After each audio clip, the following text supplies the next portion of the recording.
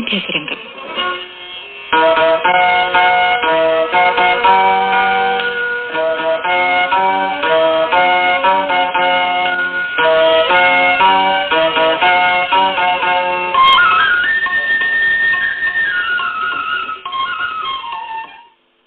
നമസ്കാരം പ്രിയ ശ്രോതാക്കളെ, ഇന്നൊരു പ്രഭാഷണം കേൾക്കാം. അധ്യാപകർക്ക് വായനാശീലം ആവശ്യമോ?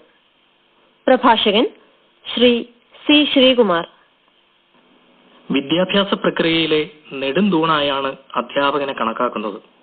മാതാപിതാ ഗുരുദൈവം എന്ന് പറയാറുണ്ടല്ലോ. മാതാപിതാക്കളെയും ഗുരുക്കന്മാരെയും ദൈവതുല്യരായി കണക്കാക്കണമെന്നാണ് നാം പഠിച്ചിട്ടുള്ളത്. എന്നാൽ ഇന്ന് ഈ സങ്കല്പം തകർന്ന് ഗുരു ഏറ്റവും കുറച്ച് ആദരം നേടുന്ന ഒരു വിഭാഗമായി മാറിയിട്ടുണ്ട്. പഴയ കാലത്തെ ഗുരുഭക്തി ഇന്നത്തെ തലമുറയ്ക്കില്ല എന്നത് നേര് തന്നെ.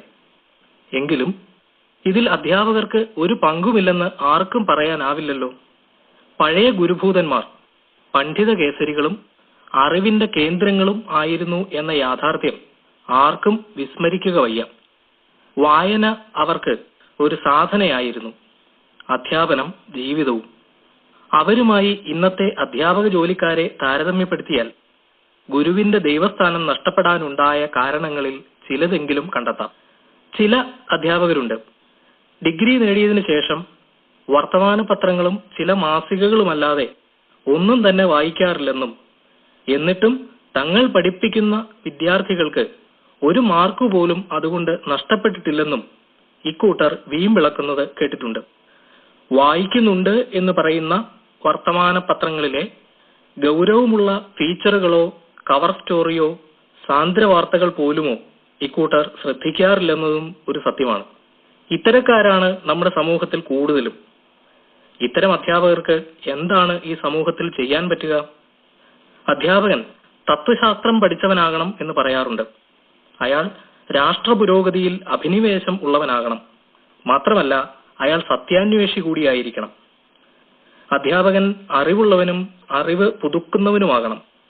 വർഷങ്ങൾക്ക് മുമ്പ് പഠിച്ചു വെച്ച കുറെ കാര്യങ്ങൾ കാലം തോറും അയവിറക്കുന്ന പാവയായി അധ്യാപകൻ അധപ്പതിച്ചുകൂടാ. കാലത്തിനൊപ്പം സഞ്ചരിക്കാൻ ഗുരുവിനാകണം. അതിന് വായന വേണം, ചിന്ത വേണം, കലകൾ ആസ്വദിക്കാനുള്ള കഴിവുമുണ്ടാകണം. എന്തിനേറെ പറയുന്നു, പൈങ്കിളി വാർത്തകളിൽ കണ്ണുടക്കി പത്രം മടക്കുന്ന, നാലാംകിട സീരിയലുകൾക്കും റിയാലിറ്റി ഷോകൾക്കും മുമ്പിൽ ദൃശ്യമാധ്യമങ്ങളുടെ സാധ്യതകൾ അവസാനിപ്പിക്കുന്ന ഇന്നത്തെ ശരാശരി അധ്യാപകന് സോഷ്യൽ എഞ്ചിനീയർ ഒന്നും ആകാൻ പറ്റില്ല. അയാൾക്ക് ആദരം ലഭിക്കുകയുമില്ല. പണ്ടത്തെ ഗുരുക്കന്മാർ ആദരിക്കപ്പെട്ടിരുന്നുവെങ്കിൽ അവരാരും സമൂഹത്തിലെ സാധാരണക്കാരന്റെ പ്രതിബിംബങ്ങളായിരുന്നില്ല എന്നും ഓർക്കണം. അവർക്ക് അധ്യാപനം തൊഴിൽ മാത്രമായിരുന്നില്ല, ജീവിതവും അതുതന്നെയായിരുന്നു. അവർ സമൂഹത്തിൽ വേറിട്ട ജീവിതം നയിച്ചവരുമായിരുന്നു. ഒരറിവും ശാശ്വതമല്ല. അറിവ് വളർന്നുകൊണ്ടിരിക്കുകയാണ്. ഇന്നലെ വരെ ശരിയെന്ന് വിശ്വസിച്ചുകൊണ്ടിരുന്ന പല അറിവും ഇന്ന് തെറ്റാണെന്ന് തെളിയുന്നു. അതുകൊണ്ട് തന്നെ നേടിയ അറിവ് കാലാകാലം പുതുക്കേണ്ടതുണ്ട്. അതിന് വായനയല്ലാതെ മറ്റു മാർഗമില്ല. വായനയുള്ളവരിൽ അറിവ് വളരും.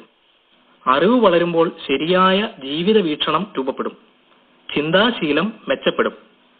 മനുഷ്യജീവിതമെന്ന മഹാപ്രതിഭാസത്തെ മൊത്തത്തിൽ നോക്കിക്കാണാൻ അവർക്ക് കഴിയും.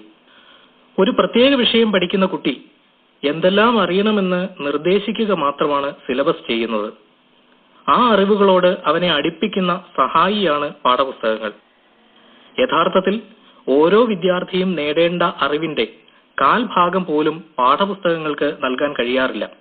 അതിന്റെ അപ്പുറത്തേക്കുള്ള അറിവ് നേടുന്നതിലാണ് വിദ്യാർത്ഥിക്ക് അധ്യാപകന്റെ സഹായം വേണ്ടത്. അതുകൊണ്ട് തന്നെ വിദ്യാർത്ഥിയുടെ വായനയും അധ്യാപകന്റെ വായനയും ഒരുപോലെ പ്രാധാന്യം അർഹിക്കുന്നു. കേരളത്തിലെ ഇന്നത്തെ തലമുറ സാമാന്യ വിദ്യാഭ്യാസം നേടിയിട്ടുള്ളവരാണ്. പക്ഷേ പഠിച്ചതുമായി ബന്ധമില്ലാത്ത ജീവിത മേഖലകളിലാണ് മിക്കവരും എത്തിച്ചേരുന്നത്. ക്രമേണ ഇവർ പഠിച്ചതെല്ലാം നഷ്ടപ്പെടുന്നതായി നമുക്ക് മനസ്സിലാക്കാം. പക്ഷേ വായനാശീലമുള്ള ഒരു വ്യക്തി നേടുന്നതൊന്നും പാഴാവുന്നില്ല. നേടിയ അറിവ് നഷ്ടപ്പെടാതെ സൂക്ഷിക്കാൻ വായന കൊണ്ട് കഴിയും. ഒപ്പം കൂടുതൽ നേടാനും കഴിയും. പാഠപുസ്തകങ്ങൾക്കും അധ്യാപകർക്കും നൽകാൻ കഴിയുന്ന അറിവിന് പരിമിതികളാണ് കൂടുതൽ. അറിവിന്റെ വിശാല മണ്ഡലത്തിലേക്ക് നമ്മെ എത്തിക്കുന്നത് വായന മാത്രമാണ്. വായന പുതിയ ആശയങ്ങൾ നമ്മിൽ എത്തിക്കുന്നു, പുതിയ ചിന്തകൾ വളർത്തുന്നു.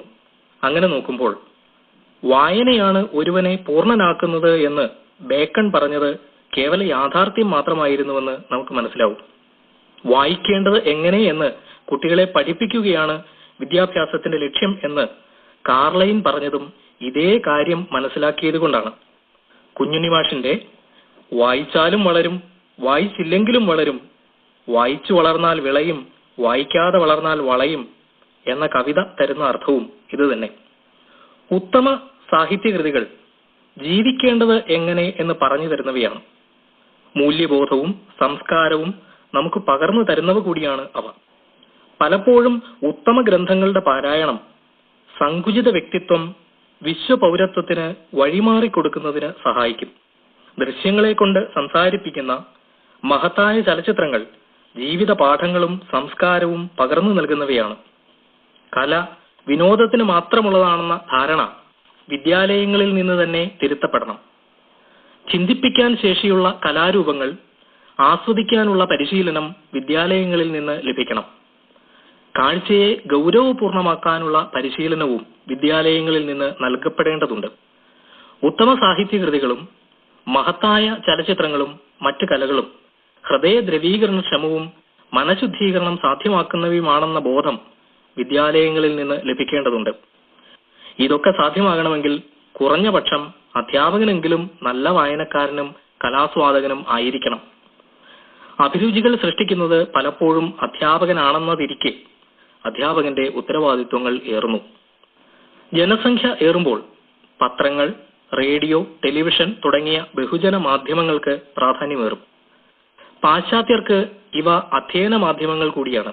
ഇന്ത്യൻ ജനതയിൽ ചലച്ചിത്രങ്ങളുടെ സ്വാധീനം ഏറെയാണ്.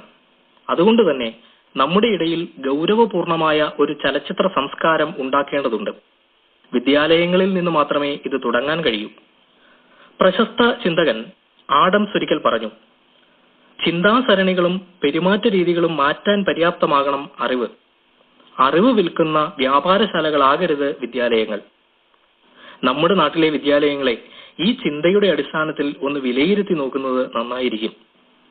വിദ്യാർത്ഥികളിൽ വായനാഭിരുചി വളർത്തിയെടുക്കാൻ കഴിഞ്ഞാൽ വിദ്യാഭ്യാസത്തിന്റെ പാതിയിലേറെ ലക്ഷ്യം പൂർത്തിയായി കഴിഞ്ഞു എന്ന് പറയാറുണ്ട്. ഇന്ന് പുസ്തകങ്ങൾ മാത്രമല്ല, ദൃശ്യശ്രാവ്യ മാധ്യമങ്ങൾ, ഇന്റർനെറ്റ് എന്നിവയെല്ലാം വിദ്യാഭ്യാസത്തെ കാര്യമായി സ്വാധീനിക്കുന്നുണ്ട്. ആകാശവാണിയും ദൂരദർശനും സ്കൂൾ കോളേജ് വിദ്യാർത്ഥികൾക്കും അധ്യാപകർക്കും ഉപകരിക്കും വിധമുള്ള നിരവധി പരിപാടികൾ അവതരിപ്പിക്കുന്നുണ്ട്. ആകാശവാണിയിലെ വിദ്യാഭ്യാസ രംഗം ഒരു ഉദാഹരണമാണ്. ഇന്റർനെറ്റ് എന്നത് വലിയൊരു വിജ്ഞാനകോശം കൂടിയാണ്. അതിൽ പരതിയാൽ ഉത്തരം കിട്ടാത്ത ചോദ്യങ്ങളില്ല. അധ്യാപകർക്ക് അറിവ് പുതുക്കുവാൻ ഇത്രയേറെ ഉപകരിക്കുന്ന മറ്റൊരു മാധ്യമവും ഇല്ല. വിക്കിപീഡിയ സഹായിക്കുകയും വേണം. നല്ലത് തെരഞ്ഞെടുത്ത് വായിക്കാനും കാണാനും കേൾക്കാനും വിദ്യാലയങ്ങളിൽ നിന്ന് പരിശീലനം ലഭിക്കേണ്ടതുണ്ട്. നമ്മുടെ നാട്ടിൽ ഇന്ന് നല്ല ചലച്ചിത്രങ്ങൾക്ക് ആസ്വാദകരില്ല. ഇവിടെ നല്ല പുസ്തകങ്ങൾ വിറ്റഴിയുന്നില്ല.